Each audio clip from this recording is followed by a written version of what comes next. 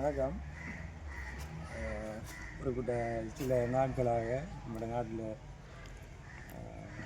தெரியும் சூறாவளி அந்த அதால் நிறைய உயிரிழப்புகள் சொத்து சேதம் இதுவரைக்கும் இன்னும் அது கிளியராகாத நிலைமையில் எங்களோட பின்னாடி கிராமத்தில் வந்து பிரம்படுத்தீவு பூலாக்காடி சாராவளி முருக்கந்தீவு இங்கே அதுக்குங்கள் இருக்கிற கிராமத்திலிருந்து கிட்டத்தட்ட 500 பேருக்கு மேற்பட்ட மக்களை கொண்டு வந்து நான் பின்னாடி பாடசாலையில் வச்சு 3 நாட்களில் இருந்தவங்க இன்றைய தினம் அவங்க தண்ணி வந்து படிப்படியாக 5 அடி கீழே குறைஞ்சிது தண்ணி.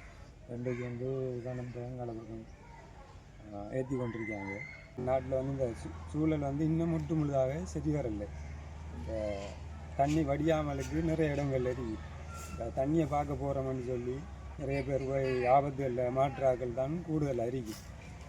இந்த நிலைமை வந்து முழுதாக சரியாகும் வரைக்கும் ஆபத்தான இடங்களுக்கு ஒருத்தரும் போய் நம்மளா ஆபத்தை தேடிக்கொள்ளக்கூடா என்று கேட்டுக்கொள்கிறேன். மிகவும் அவதானமாக இருந்து கொள்ள வேணும்.